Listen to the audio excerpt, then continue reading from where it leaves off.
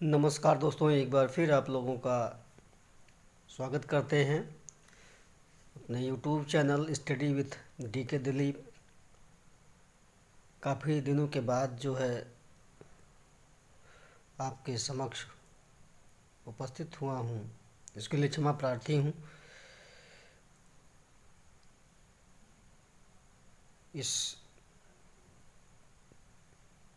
आज के वीडियो में या आज का जो हमारा टॉपिक है वो शिक्षा दर्शन में कीजू भाई बधेका को लेकर के है, जो बीएड फर्स्ट ईयर में भी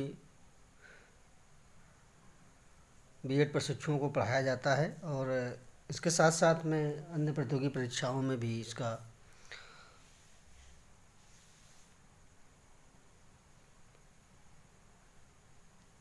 अध्ययन हम लोग करते हैं।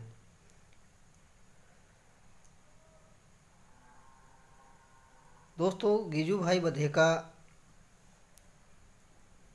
मूलतः गुजराती हैं। इनका जन्म जो है गुजरात में हुआ था और इन्हें गिरजाशंकर भगवान जी बधेका इनका पूरा नाम है और इनके प्यार से इनको जो है उपाधियां जो इनको दी गई बच्चों के द्वारा, उन्हें मूँछों वाली माँ के नाम से पुकारते थे बच्चे इनको। इनके जीवन परिचय को थोड़ा सा हम देखते हैं कि इनका जीवन कैसे जो है शुरुआत हुआ, कहाँ ये पैदा हुए। तो देख रहे हैं कि इनका जन्म जो है 15 नवंबर 1885 ईस्वी को हुआ था और गुजरात राज्य में चित्तल नामक गांव था, वहाँ पर ये पैदा हुए। इनकी माता और पिता का नाम जो है श्रीमती काशिबा इनकी माता का नाम था और इनके पिता का नाम भगवान जी बधेका था। इनके पिताजी जो है प्रारंभिक समयों में जो है शिक्षक का कार्य करते थे, लेकिन बाद में वकालत पेशा जो है करने लगे।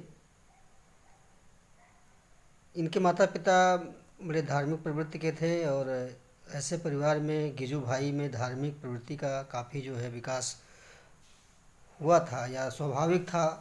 माता पिता धार्मिक थे इस नाते। इनकी शिक्षा जो प्राथमिक शिक्षा थी वो 5 वर्ष की आयु में प्रारंभ होती है। एक बल्लभीपुर नामक जो है जगह था, वहाँ पर प्राथमिक शिक्षा इनकी शुरुआत में शुरू होती है। बाद में ये अपने मामा के साथ जो है भावनगर चले जाते हैं और यहाँ पर इनका जो है हाई स्कूल की परीक्षा या हाई स्कूल इन्होंने पूरा किया जो है।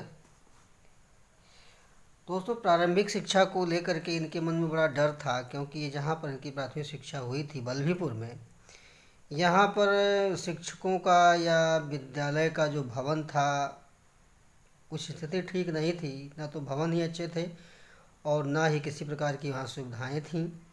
पढ़ने पढ़ाने की बहुत विशेषताएं या बहुत विशेष जो चीज़ें होती हैं, जो साज सज्जा होता है, वो भी नहीं था।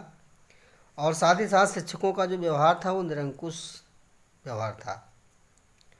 तो इस तरह भयपूर्ण वातावरण में जो है शिक्षा नहीं हो पाती है और इसी को लेकर के इन्होंने इसे जो है ठीक नहीं समझा और इसी दर्शन या इसी विचार से इनका जो है मन मस्तिष्क काफ़ी जो है प्राथमिक शिक्षा को लेकर के अपने विचारों को इन्होंने प्रस्तुत किया। अब देखते हैं कि जो मैट्रिक की परीक्षा या जो इन्होंने हाई स्कूल की परीक्षा या हाई स्कूल पास करने के उपरांत इन्हें 12 वर्ष की आयु में ही इनकी जो है शादी कर दी जाती है और शादी करने के उपरांत तमाम जिम्मेदारियां और इसी क्रम में इनको जो है नौकरी भी करना पड़ा और इसी समय ही इनकी जो पत्नी थी इनका देहांत हो जाता है और 1906 ईस्वी में इनकी दूसरी शादी हो जाती है। और 1906 में शादी होने के बाद ये 1907 ईस्वी में जो है पूर्वी अफ्रीका ये जाते हैं और वहाँ पर इन्होंने जो है भारतीय यूरोपियों के साथ जो है तमाम जो है कार्य किए और इसी में ही तमाम मित्र हुए इनके और इन मित्रों को इन्होंने अंग्रेज़ी और संस्कृत भाषा का ज्ञान कराया। तो इस तरह से देखते हैं कि इनके अंदर जो शिक्षक का एक गुण होता है वह देखने को मिलता है पूर्वी अफ्रीका से ही। इसी समय ही जो है 1909 के आसपास जो है इन्होंने जो है भारत वापसी किया और भारत वापसी करने के बाद ये बम्बई में एक सेठ के यहाँ नौकरी भी प्रारंभ किए। लेकिन बाद में इनका मन जो है वकालत पढ़ने का किया और इन्होंने वकालत अपना जो है वकालत की पढ़ाई किया। और 1910 ईस्वी में इन्होंने जो है 13 ईस्वी से जो है इनका बॉम्बे हाई कोर्ट से इन्होंने प्रैक्टिस अपना आरंभ किया। और 1913 ईस्वी के बाद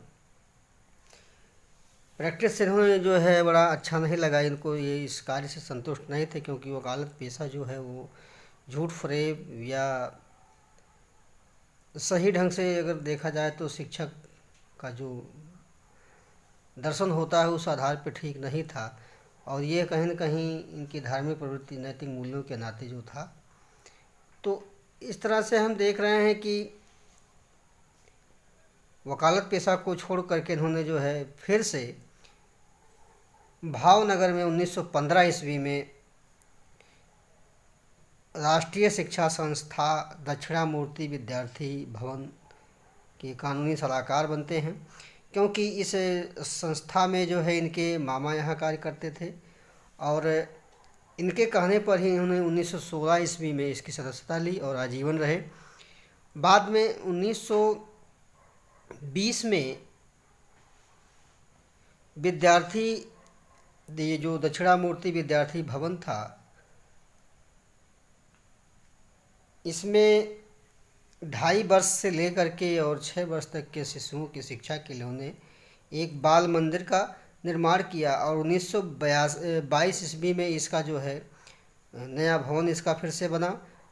तो इस तरह देख रहे हैं कि 1916 में इन्होंने भावनगर में हाई स्कूल में आचार्य पद को जो है ग्रहण किया। और इसी समय इन्होंने जो है शैक्षिक समस्याओं पर चिंतन मनन प्रारंभ कर दिया था, अर्थात शिक्षा को लेकर के इनके मन में जो विचार थे उस पर इन्होंने कार्य करना प्रारंभ कर दिया था। और इस कार्य को करते हुए इन्होंने एक अपने जीवन में एक नया अध्याय शुरू किया। और बाद में इन्होंने जो है शैक्षिक संगोष्ठियाँ भी जो है कराने लगे, अपने घर पर ही कराने लगे। बाद में इस जो बाल मंदिर की इन्होंने स्थापना की थी, इसकी बागडोर जो है स्वयं गीजू भाई ने संभाली, जहाँ पर बच्चों को खेलने कूदने, गाने बजाने, कहानी कविता आदि के माध्यम से जो है या बगीचों के माध्यम से इन्हें जो है खेल खेल में पढ़ाने लिखाने की स्वतंत्रता के अवसर दिए जाते थे। तो यह जो बाल मंदिर था इस नाते जो है बड़ा आकर्षण का केंद्र रहा, क्योंकि गिजू भाई जो है शिशु शिक्षा या जो छोटे बच्चे थे उनकी शिक्षा के संदर्भ में इनका जो विचार था वो मारिया मॉन्टेसरी से इनका जो प्रभावित हुआ देखा जाता है। और इसी नाते जो है इन्होंने एक मॉन्टेसरी संघ की स्थापना भी किया।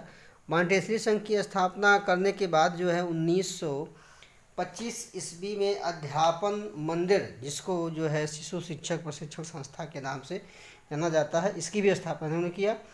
और साथ ही इन्होंने शैक्षिक पत्रिकाओं का भी प्रकाशन किया। गिजू भाई ने जो है शिशु शिक्षा, साहित्य और बाल साहित्य सृजन की ऐसी गंगा जो बहा दी, उसमें कहीं न कहीं बाल शिक्षा को लेकर के या शिशु शिक्षा को लेकर के इन्होंने अपने साथियों को भी प्रेरित किया जो है साथ ही साथ में। और 1928 ईस्वी में दूसरे जो है मॉन्टेसरी सम्मेलन होता है। और 1930 ईस्वी में महात्मा गांधी जी का जो सत्याग्रह आंदोलन हुआ था उसमें गिजू भाई ने भी भाग लिया था और एक शिक्षक सेनानी के रूप में उन्होंने कार्य किया वहाँ पर। और तमाम जो है जो शिविर थे या जो भी शरणार्थी थे शिविर में लोग रहते थे, उनको जो है अपनी ज्ञान योजना के माध्यम से या स्वास्थ्य योजना के माध्यम से इन्हें जो है शिक्षित दीक्षित किया या अपने ज्ञान का प्रसार प्रसार किया। और इनका जो शिशु शिक्षा था वह कहीं न कहीं इनसे संबंधित जो भी इनका लिखने का काम होता था या जो इन्होंने लिखा, जो कई भाषाओं में इसका जो है अनुवाद भी कराया गया। तो हम देखते हैं कि इनकी जो वर्तमान में कुछ रचनाएं हैं उसके बारे में हम देख लेते हैं कि कौन कौन सी रचनाएं इन्होंने किया था। तो इसमें हम देखते हैं कि पुस्तकें हैं जो है दीवा स्वप्न,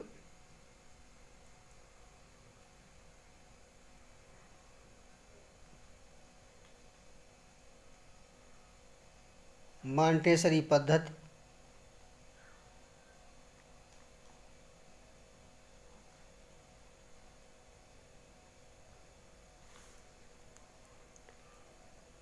और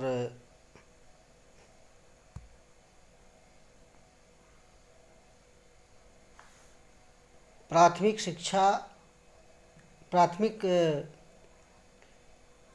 शाला में भाषा शिक्षा, प्राथमिक शाला में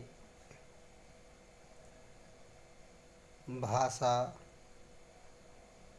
शिक्षा, प्राथमिक शाला में चिट्ठी वाचन,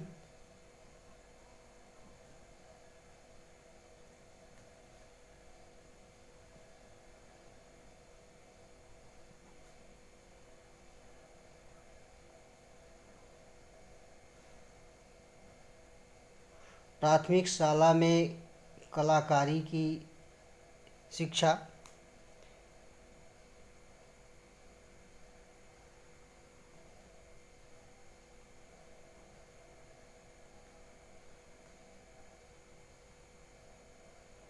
कलाकारी की शिक्षा।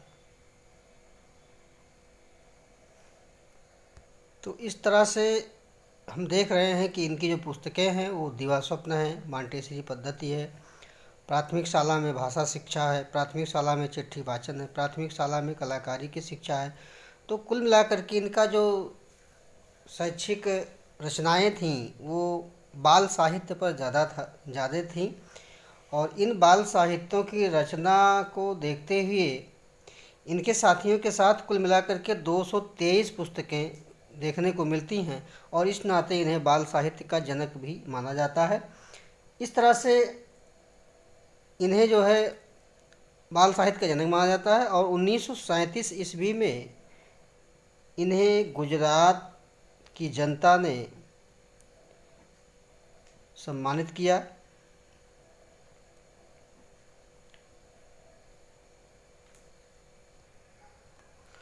1938 में राजकोट में इन्होंने एक नए अध्यापन मंदिर का निर्माण किया जिसको हम शिशु शिक्षा विद्यालय के नाम से जानते हैं।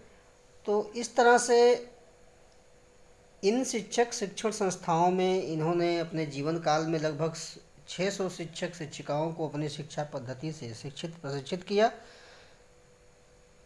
और अंतिम में देखते हैं कि इनका जो है 23 जून 1939 को पक्षाघात के कारण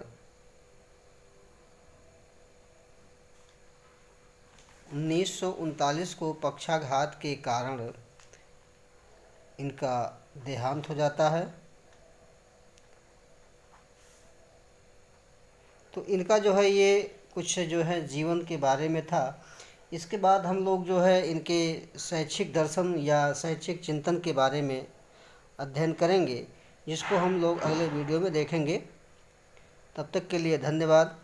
चैनल को लाइक व सब्सक्राइब अवश्य करें ताकि जो है हमें भी उत्साहवर्धन मिलता रहे और आपको भी कुछ लाभकारी चीज़ें जो है मिलती रहें। धन्यवाद।